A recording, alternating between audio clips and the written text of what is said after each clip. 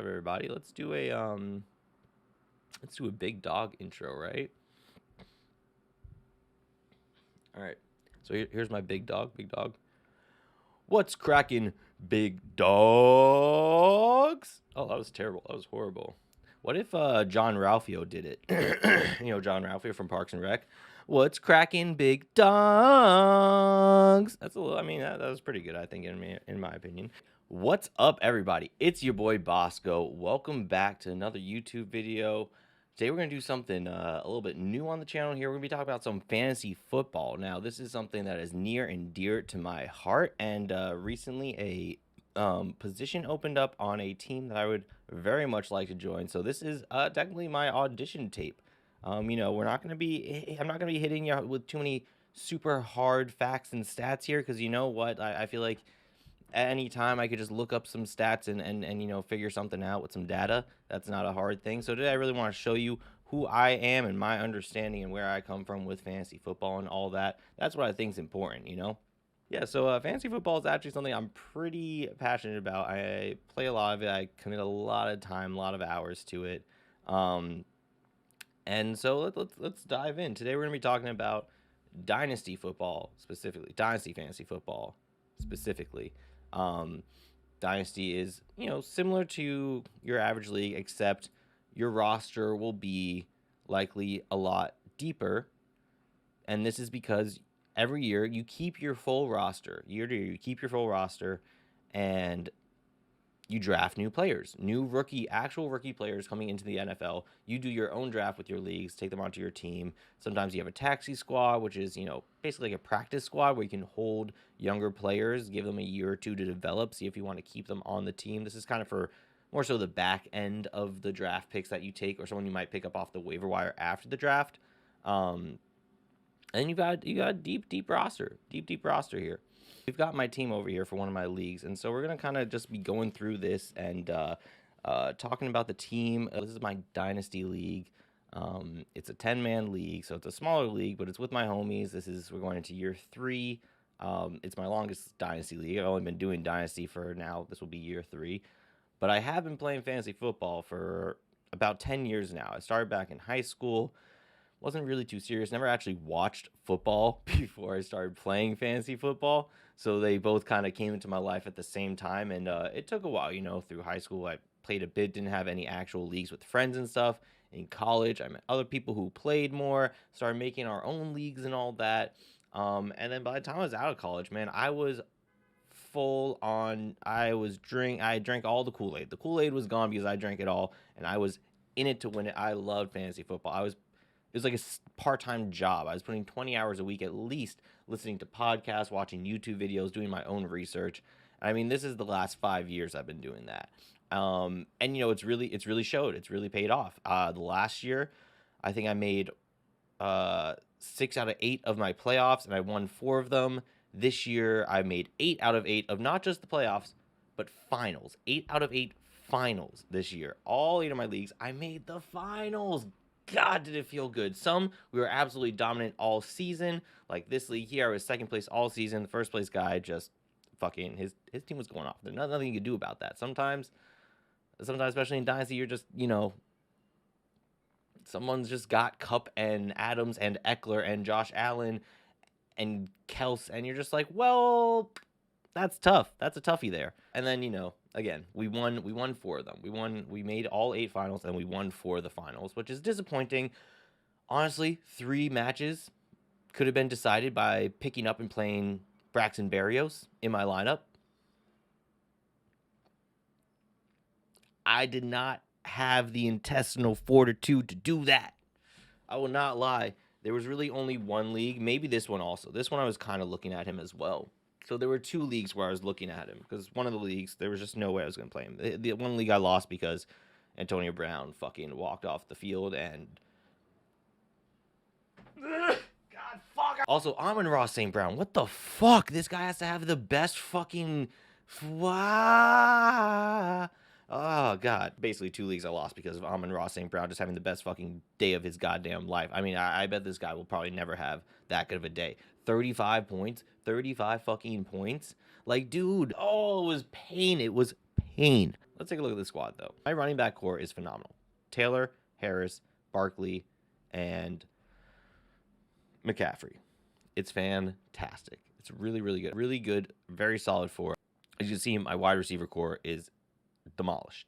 We've got Cordero Patterson starting there, which we knew wasn't a good play going into the last week, but you'll see we had no other choice. And I mean, you can kind of tell we have no other choice because we're playing Bateman against the Rams, which isn't too bad, and Sutton, which is pretty bad. But you can see our wide receiver core. The main issue with this league and this team here is that I had no wide receivers. I don't have any 2022 picks. I didn't want to give up any 23 picks, and I was a little stingy on my running backs here. I didn't want to trade any of them because if I trade one of them, then I'm starting. Then Ingram or Pollard are my backup. I really do like Chris Evans. I think Chris Evans is a nice sneaky thing, a sneaky player to have on there. I think Samaje Perine, he's getting older. You can't see the stats here, but I'm gonna pull him up. His age is 26. Oh, he's not that old. He's younger than I thought. I thought he was already 28.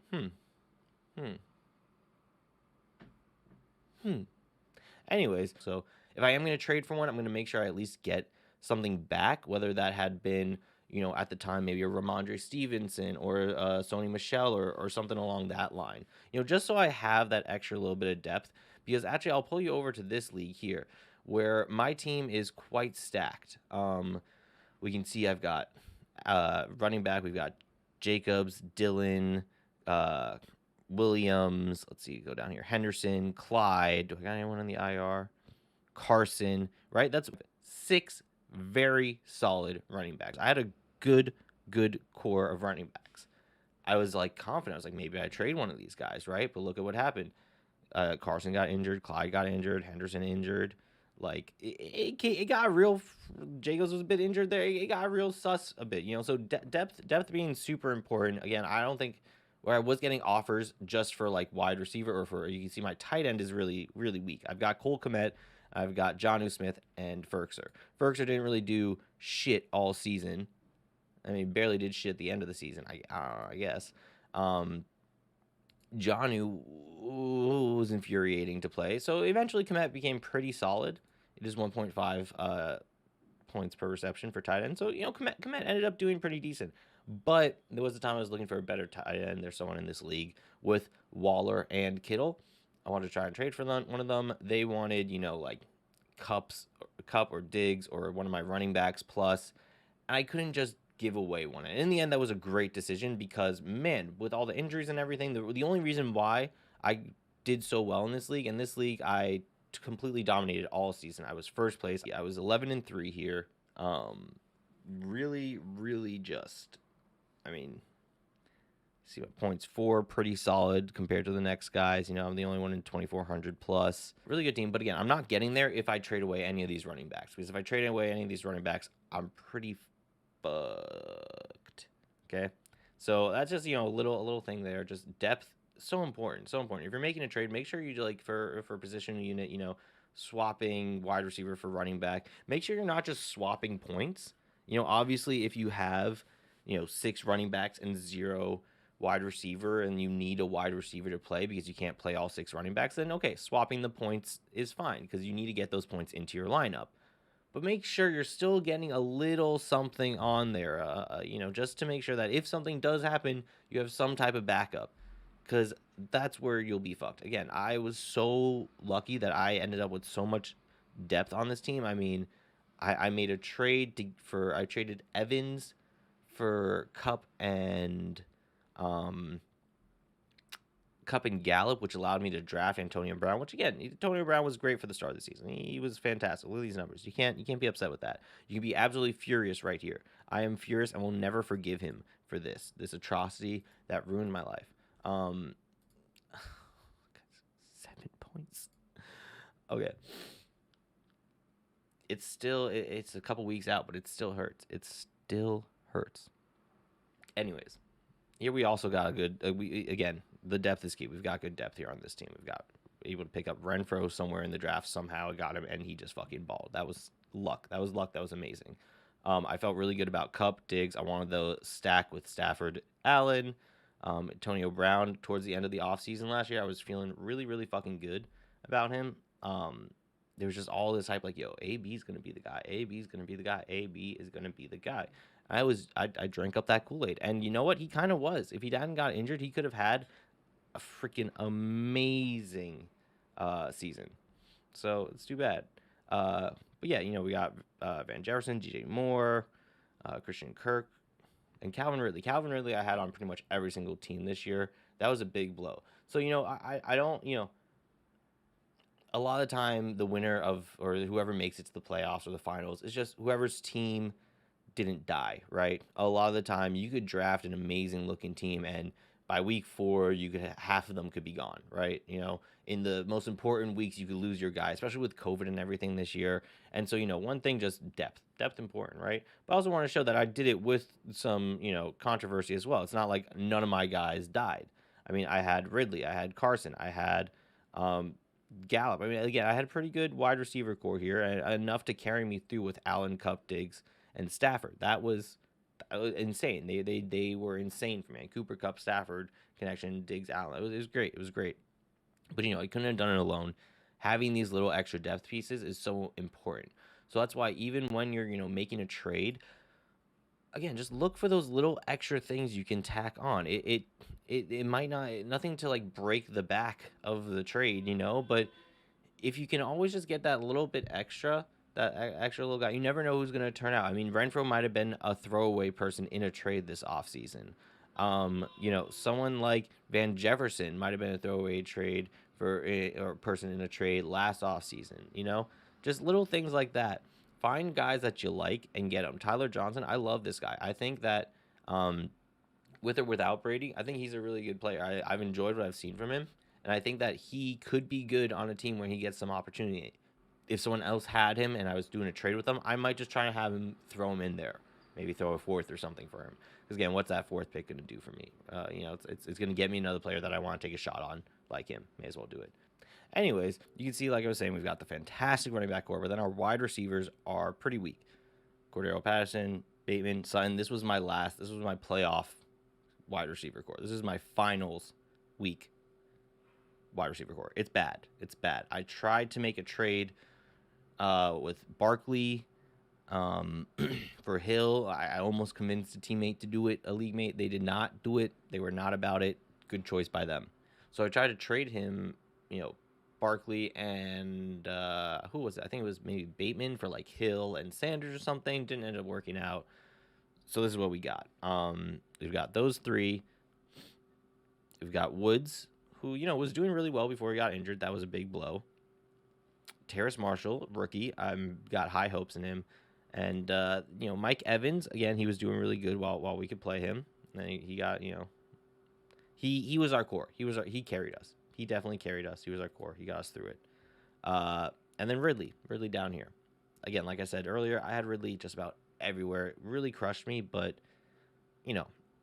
first off, mental health so important. I mean, you gotta deal with your demons. You gotta deal with what's going on.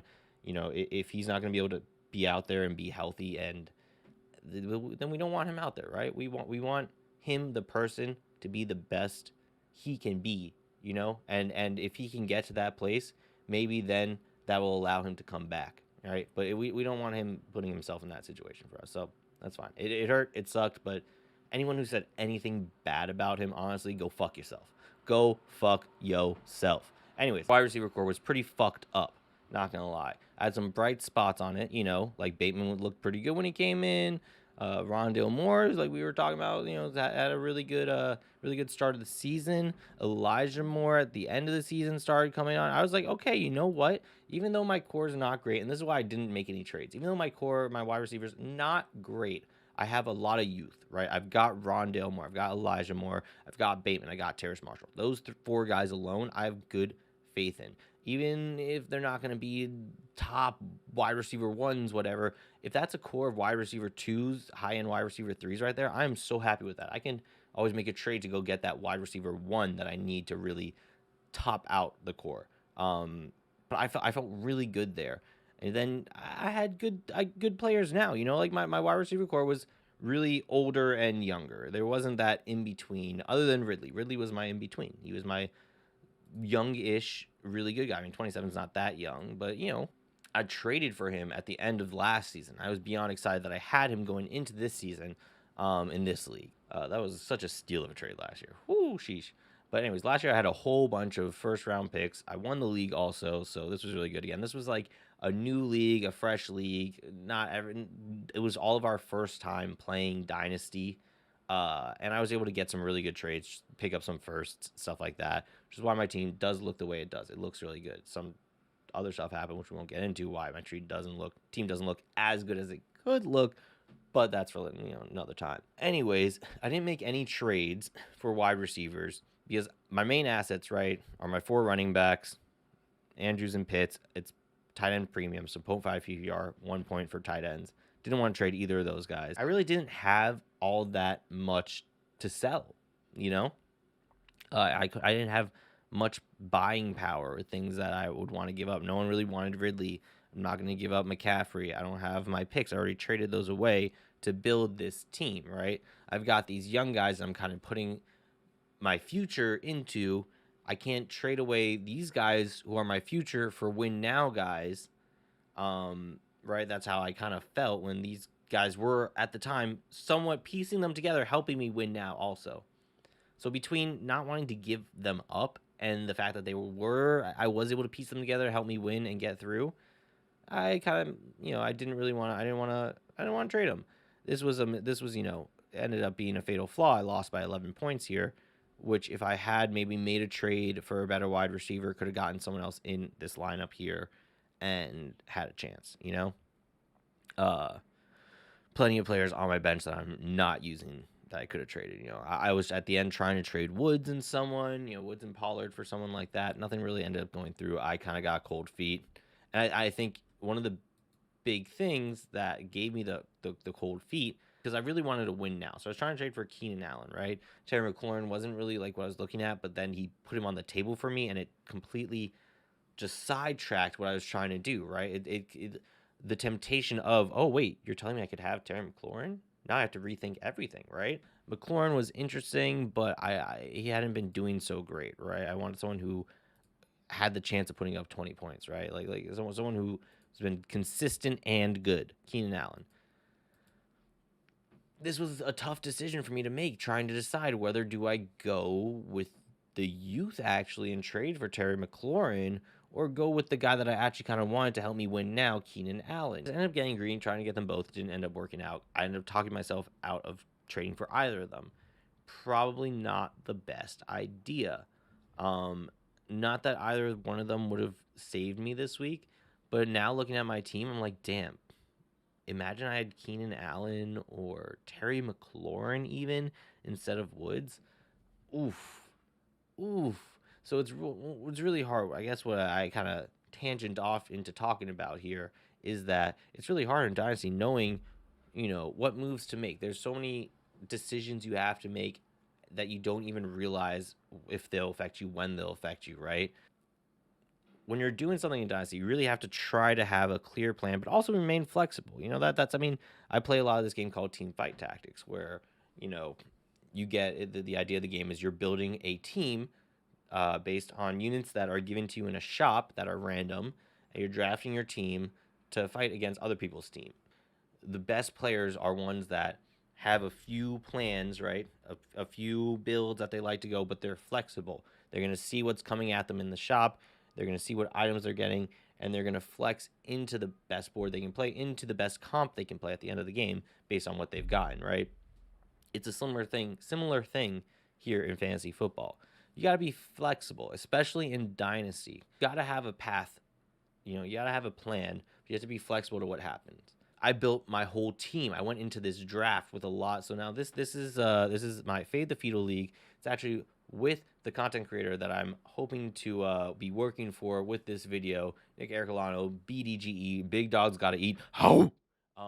And so this was now my second year doing Dynasty. This was my fourth Dynasty League draft that I had done. This is literally only the fourth team I've ever made for Dynasty. And I think I approached it in a really, really great way.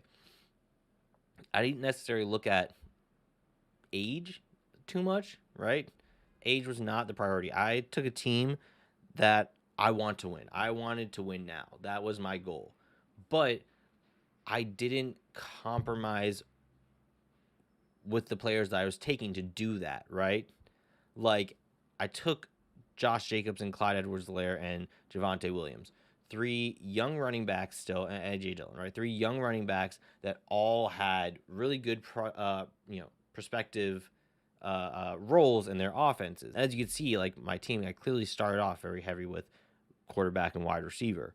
I didn't take Clyde until round 3, and that was my first running back, Clyde, and then Jacobs, and then Carson. And then Javonte, then Carson. I can't remember. What else did I get? Oh, yeah, because I have Ridley here also. Gotta remember, I got Ridley here. DJ Moore. You can see I went pretty heavy wide receiver here. This league is tiered PPR, so it's 0.5 for running backs, 1 for wide receivers, then 1.5 for tight ends. So it kind of actually balances things out a little. But again, I wasn't so hyper focused on, I need to have a young team, or I really tried to build that balance. And you're not always going to be able to do that. You can't always get a young player who's good, But when you can, that's so important to have that kind of balance, so that, say, more people on my team did get injured, or I did make a trade or two and then someone got injured and now I'm out of it. Now at least my team's partially in a direction to go. I'm already there. I already have A.J. Dillon and Javonte Williams and Cole Kmet and DJ Moore and some younger guys to build my team around. And I have these older guys who are really good that I can send away. As you can see, I also don't have really many picks for this coming draft class. I really went all into, or not all in, but I really went in to try and win this year. But I didn't try to go all in. I wanted some restraint, some things to keep me going, because at least in my experience right now, again, this is my first year in this league, only my second year in that other league. I'm in a different league for 2 years now as well. And, as far as I can tell, no one's had there has been a couple teams that have kind of like fully gone into the rebuild, but haven't come out of it yet, because we just started last year. So I haven't really fully seen that process yet. But as far as I can tell, you really want to try and just, again, have that balance. If something does go wrong on your team, on your season, it gives you that option to have a course still to pivot out of to transition out of into a rebuild. Clyde Edwards-Helaire, right? He didn't do that great, but he's still pretty valuable as the running back for the Chiefs, right? If at some point during the season I needed to trade him, I could have traded him. Or A.J. Dillon, again, has a younger player, has some value. If it was earlier in the season, or even later in the season, maybe I'm good at running back, but I need that wide receiver. Maybe I want to trade him and a pick for just a more consistent, locked-in running back. Maybe you find the Aaron Jones owner and trade him in a first for something, or whatever. It just gives you that option, again, to flex into whichever way the season is leaning. You never want to go into a mystery. You always want to go with a plan, but you never want to go set in stone with your plan, right? I've been watching a lot of Top Chef, been watching a lot of Hell's Kitchen. This guy, he had an idea of a dish. It was centered around oysters. The store had no oysters. All they had was these canned smoked oysters. So instead of just not doing the oysters, he went and got these shitty oysters and ruined his dish, and he got sent home. That's sometimes you gotta, again, it's all about being flexible. Being flexible.